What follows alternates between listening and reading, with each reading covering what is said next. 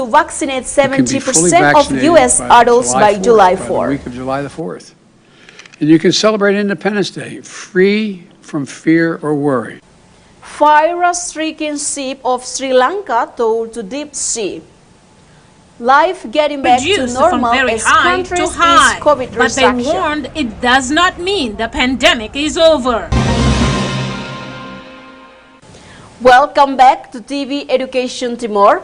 I'm Durselili Fanian. Happy gathering with us in the Voice of American News. I know that all of us face a really hard situation with the pandemic of COVID-19, but I hope all of you are feeling good right now by attending this international news. I will accompany all of you in a few minutes with many kind of information which will provide you to the real news in which is taken factually and actually in international. We announce the VOA news through the TV Education Timor channel which cooperate with the Voice of America. Well, let's begin the news for today.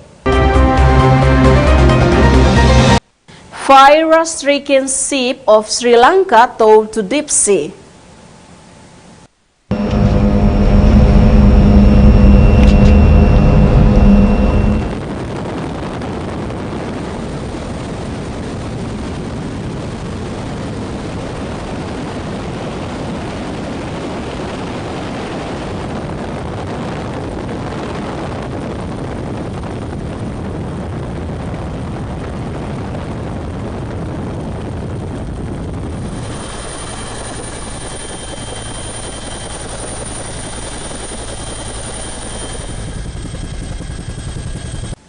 The withdrawal of United States and NATO troops from Afghanistan has made Afghans fearful of the Taliban's return to power.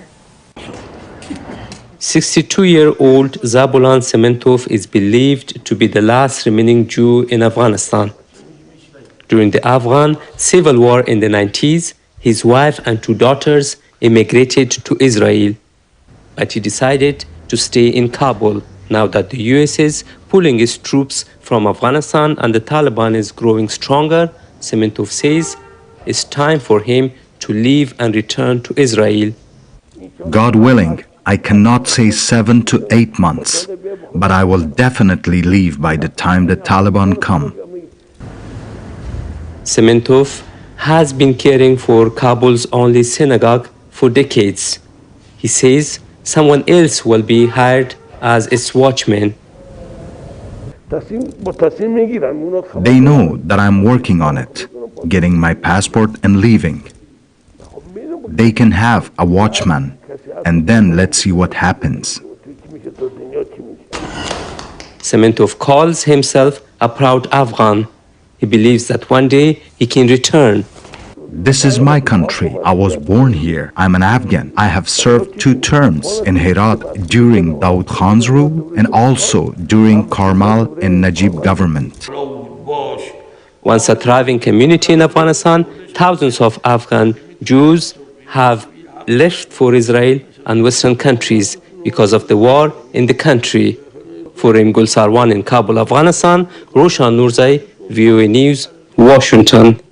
President Joe Biden speaks as they commemorate the 100th anniversary of the Tulsa Raid Massacre at the Greenwood Cultural Center in Tulsa, Oklahoma, June 1, 2021.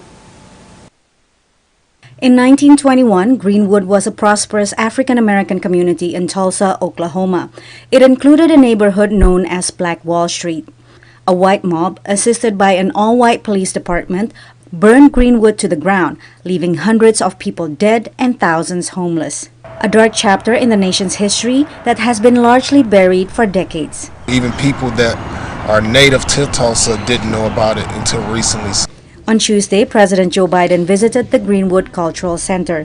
He is the first U.S. president to commemorate the anniversary of the tragic event in Tulsa. My fellow Americans, this was not a riot. This was a massacre. He met with 3 survivors of the massacre, all over 100 years old.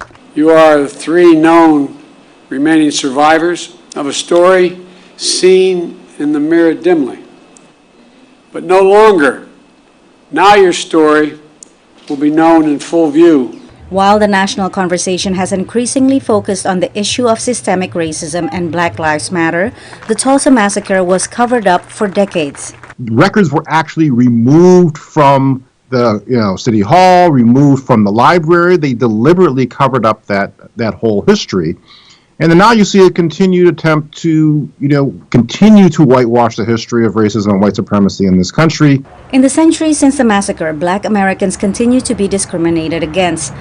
According to government data, the typical white family has 8 times the wealth of the typical Black family, a gap that widened further during the pandemic.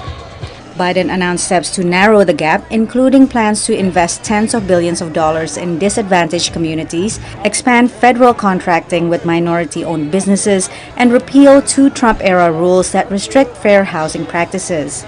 But he did not mention reparations, whether for the Tulsa massacre survivors or for the enslavement of African Americans. It's hypocritical for us to go out around the world and try to demand other countries treat their citizens right and to be fair and just when America has yet to be just and has yet to atone for her worst race massacre in American history. Biden's visit came at a time when many conservative states are pushing for new voting laws.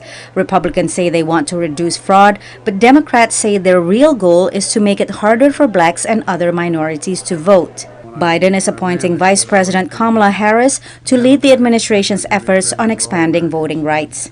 Patsy Widakuswara, VOA News. United States President Joe Biden is launching a month-long nationwide push to get 70% of American adults vaccinated by Independence Day on July 4. With 170 million people vaccinated, life in the U.S. is starting to feel more normal. The country is going even further with a month-long nationwide push to get 70% of adults vaccinated by Independence Day. If you get a shot this week, you can be fully vaccinated by July 4th, by the week of July the 4th. And you can celebrate Independence Day free from fear or worry. On Wednesday, President Joe Biden announced initiatives including free child care for parents getting their shot, free rides to vaccination sites, recruiting barbershops and beauty shops to help with outreach, and encouraging companies to provide vaccination incentives. Free beer for everyone 21 years or over to celebrate the independence from the virus.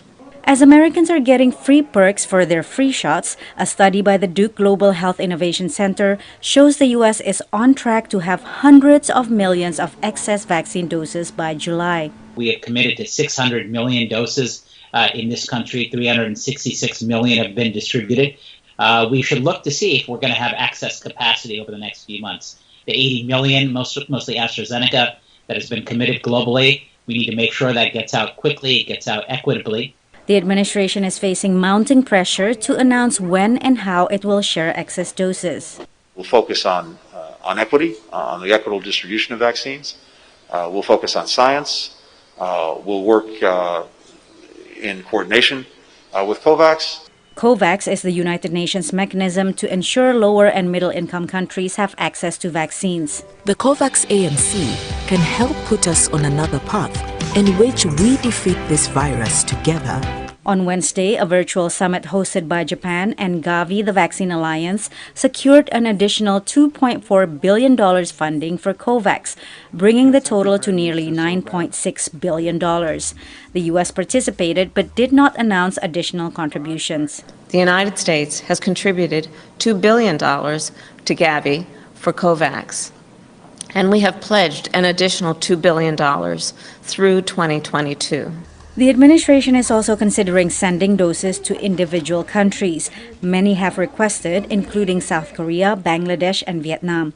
The White House has not announced its response. Patsy Widakuswara, VOA News. On Tuesday, Italy left restriction on indoor dining. Germany downgraded the coronavirus risk level from very high to high, and Israel lifted almost all pandemic restrictions. Mariama Diallo for VOA News. Italians are welcoming an end to months of pandemic lockdown. For some, sipping coffee indoors at their favorite cafe reminds them of the simple pleasures long denied to them. This is one of the many signs of starting again. One coffee gives us the feeling of living serenely again. We drink this first coffee with pleasure. We are starting again. Let's hope for this for everyone. We have missed these traditions. Italy has endured in and out restrictions since last year when the country became one of the world's first COVID-19 hotspots. Seeing this place fill up again after almost 4 months gives me a huge sense of satisfaction, above all for a place as big and important as this one. Italy has registered more than 4.2 million COVID-19 cases, but new infections have declined of late amid a successful vaccination campaign. Meanwhile, German health officials said the coronavirus risk level in the country has been reduced from very high to high. But they warned it does not mean the pandemic is over. It means that the second and third wave, a very, very difficult situation, is being broken. The numbers are much better than they were, but high also means they are still a risk, and if we are not careful, that could change again very quickly. The number of new weekly cases has fallen to about 3 dozens per 100,000 residents nationwide. And in Israel, a very special day. Almost all restrictions have been lifted, rendering unnecessary the green vaccination passes that until now had been required to access public venues. After quarantines and close downs and all the restrictions we've been experienced, now we are opening all the activity in Israel and no more green pass. With a population of 9.3 million, Israel has delivered over 5.4 million first doses and at least 5.1 million second doses of the Pfizer vaccine. Mariama Diallo, VOA News. Space junk finally hit its mark. NASA now eyes Venus after its first major flight issue on Mars. Aras Arasabadi for VOA News. This time-lapse video shows Canadarm2 outside the International Space Station, or ISS. Designers built the robot to help with maintenance, moving supplies and astronauts, and catching vehicles before berthing them to the ISS. The robot's maneuvering has brought renewed attention to the growing concern about space junk orbiting our planet. NASA estimates there are about 100 million pieces of debris that are 1 millimeter or larger, and it says even a paint fleck could damage a spaceship. Experts say the flying debris threatens everything in orbit. This week, word came that a strike actually happened on the Canadarm2 robot. NASA and the Canadian Space Agency released this image of what they're calling a lucky strike that caused a puncture in Canadarm2. Lucky because the arm is relatively small. The CSA says the robot's performance is unaffected. In other news, NASA's new administrator and former U.S. Senator Bill Nelson this week announced 2 robotic missions to Venus, the solar system's hottest planet and our closest neighbor. He says the research could help explain why life exists on Earth and not elsewhere that we know of in the solar system. Planetary science is critical in answering key questions that we have as humans, like, are we alone? What implications beyond our solar system could these 2 missions have? This is really exciting stuff. This won't be the first mission to Venus. The U.S. and former USSR sent multiple crafts there in the early days of space exploration, with NASA's Mariner 2 performing the first successful flyby in 1962. The upcoming missions will feature far more sophisticated 21st century technology to investigate whether Venus ever had an ocean and the history of the planet's geology. They will be the first missions in more than 30 years to a planet NASA calls hot, hellish, and unforgiving. The agency looks to launch by around 2030. Finally this week, NASA's Mars helicopter Ingenuity experienced its first major in-flight problem since it first flew in Martian skies last month. After a minute in flight, one of several onboard cameras failed to register with the navigation system. Ingenuity flew partially blind, confused as to its whereabouts. The tiny helicopter still managed to land within 5 meters of its target. Arash Arabasadi. The World Health Organization says global infertility rates are difficult to determine because they affect both men and women, and it's a topic most people don't usually speak talk. The myth about women being the root causes of infertility is changing with the time because of the awareness that has come in. Before, when everything was in the closet, men thought that the problem was women's. A man could go to the hospital and tell the doctor that I have brought my wife for investigation. And certainly the doctor would break the silence and say that the investigation should be for both of you. So with the advancement that we have right now in Uganda, men are becoming aware of their problem of fertility because the statistics say that it is a 50-50 cause of infertility, at least in our experience in Uganda. What have you found to be the cause of infertility, and how do you assist in that regard? Infertility comes about as a result of a gynecological condition. Women or girls suffer from transmitted diseases which are not treated in time.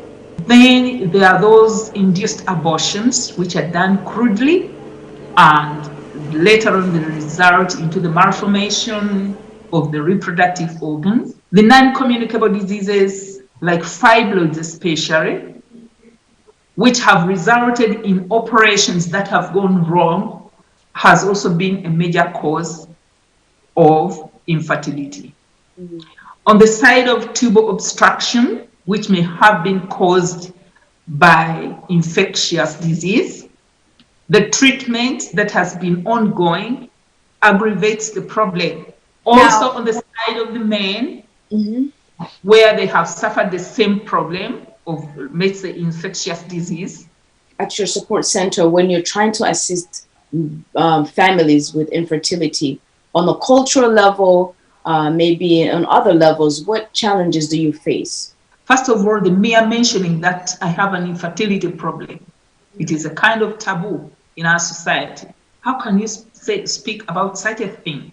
People would wonder whether there is something wrong with you to speak publicly that I have an infertility problem, you know, to bring out your mind and to speak what is on your mind and to seek for other people.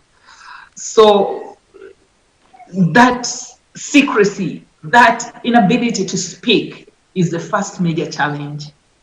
And of course, that started with women. When it goes to men, it was a complete close down, that they could not accept that there is an infertility problem on the male side.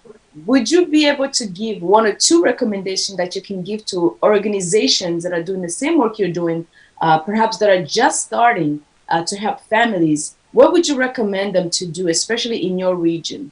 Maybe I would like to share that I have helped organizations to start.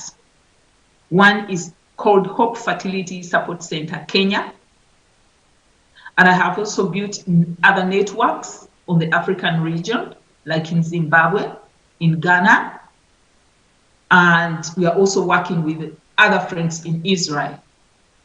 So we have a patient's charter that we share amongst ourselves that has what we believe in, but the major issue is to break the silence, be able to have the courage to speak out, because if you don't speak, no one will ever know. Then you need to have partnership with the health providers, with institutions that address health. For example, if you're in a village community, you you create your support group, your patient support group, and then you attach to the health facility. Well, viewers, that's all the news for today. And don't forget to keep following the COVID rules by how to protect yourself from the virus. By wearing a mask, keep washing your hands, and keep social distancing. For more information, please call us on number below. I'm their Celilifania and all crew of VOA and TV Education Timor. We would like to say thank you so much for watching. Have a great day and see you all next time. TV Education Timor is the future inspiration.